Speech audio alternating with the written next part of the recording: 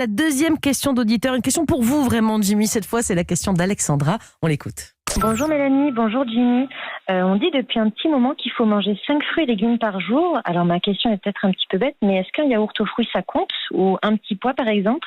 En vrai, qu'est-ce qu'on doit faire concrètement? Merci beaucoup. Moi, j'adorerais qu'un petit pois ça marche, j'en mange 5 et c'est réglé, j'ai mon quota. Ce serait pas mal. Alors Jimmy, justement sur ces 5 fruits et légumes, ça fait partie des repères nutritionnels en France. Alors si j'en mange 4 un jour, 7 le lendemain, est-ce que ça s'équilibre? Enfin ça veut dire quoi les 5 fruits et légumes En fait, ce sont des repères et donc l'idée c'est d'avoir une alimentation variée et diversifiée. Le tout c'est d'éviter les produits transformés et d'essayer de faire un peu plus la cuisine. Alors quand on parle de 5 fruits et légumes, on parle plutôt de portions, une portion qui fait 80 à 100 grammes.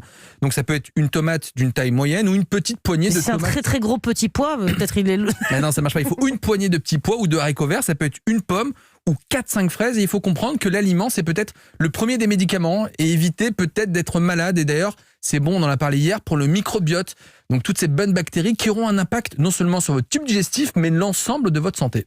Jimmy, puisqu'on est sur ces fruits et légumes, juste une petite question. On fait plutôt 3 légumes, 2 fruits, 4 fruits, 1 légume, parce que bon, les fruits, on aime souvent C'est ça vrai que les plus fruits, ça passe assez facilement. Quand même, l'idée, c'est de privilégier les légumes, même s'il n'y a pas de règle absolue. Essayez quand même d'en manger un petit peu plus que des fruits. Alors, ça peut être sous toutes ses formes, ça peut être frais, ça peut être surgelé, ça peut être en conserve. Yaourt aux fruits, ça marche pas. Non, pour les un yaourt aux fruits, ça ne marche pas. C'est pas comme c'est comme le jus de fruits. Le jus de fruits n'est pas un fruit, c'est du jus, et donc ça à limiter au maximum. Le sucre liquide, c'est notamment pas bon. Chez les enfants qui aiment bien le petit matin, là, ce petit verre de jus d'orange. Alors, de temps en temps, pourquoi pas, parce qu'il ne faut pas être psychorigide, mais c'est peut-être mieux d'éduquer les enfants à manger, à mâcher et à déglutir de vrais aliments. Très bien. Alors, Jimmy, puisqu'on est sur les repères en termes de nutrition, alors ils ont changé il y a quelques années, justement. Pour les laitages, on parlait du yaourt aux fruits. Il ne marche pas pour les fruits, mais est-ce qu'il marche pour les yaourts? Du coup, il en faut combien par jour de laitage? Alors, l'idéal, c'est d'avoir 2 laitages par jour, mais du coup, vous pouvez aussi le compléter avec des fromages qui sont un peu plus riches. Ah oui, un petit fromage plein de calcium, ça peut remplacer un yaourt. Exactement. Ouais. Donc, attention aux yaourts, souvent qui sont très sucrés, notamment les yaourts aromatisés, parfois pas avec des faux arômes. Mais pas de fruits, pas de vrais fruits dedans. Donc, essayez si c'est possible nature en rajoutant éventuellement un petit peu de sucre, notamment si vous n'aimez pas trop le goût, mais à limiter puisque finalement c'est pas non plus très bon pour votre santé. Avec du miel, c'est très bon aussi. Depuis quelques années, on assiste aussi sur les produits céréaliers.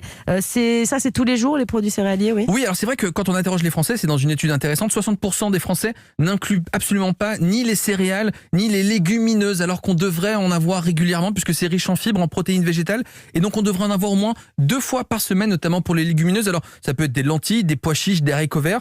C'est riche en fibres, comme je l'ai dit, en protéines végétales. Donc ça, il faut en consommer plus et ça doit servir quasiment de plat principal. On a tendance à prendre une viande et un poisson et un petit peu d'accompagnement, alors que ça devrait être l'inverse. Les légumineuses devraient prendre plus de place dans notre alimentation et la viande et le poisson un petit peu moins. Merci beaucoup Jimmy. Alors si vous